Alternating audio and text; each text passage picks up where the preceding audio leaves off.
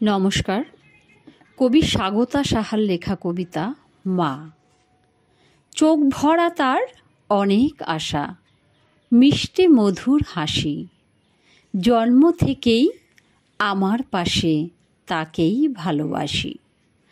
আমার মতো অক্ষমতার ব্যথার অশ্রু জল সেই তো দিয়েছে মুছে আর দিয়েছে বল।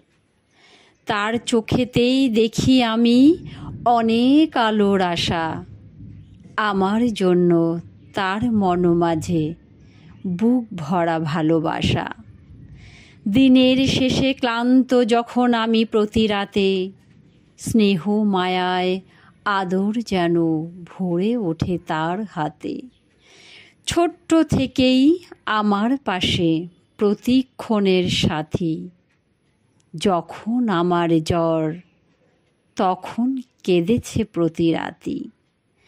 আমার ভালোই ফুলের মতো তারই দুটি ঠোঁটে আদর মাখা স্নিগ্ধ হাসি স্পষ্টই ফুটে ওঠে। তাই তো এখন ভাবছি বসে আমি মনে মনে, তার কথাটি জানাবো আমি প্রতি জনে জনে।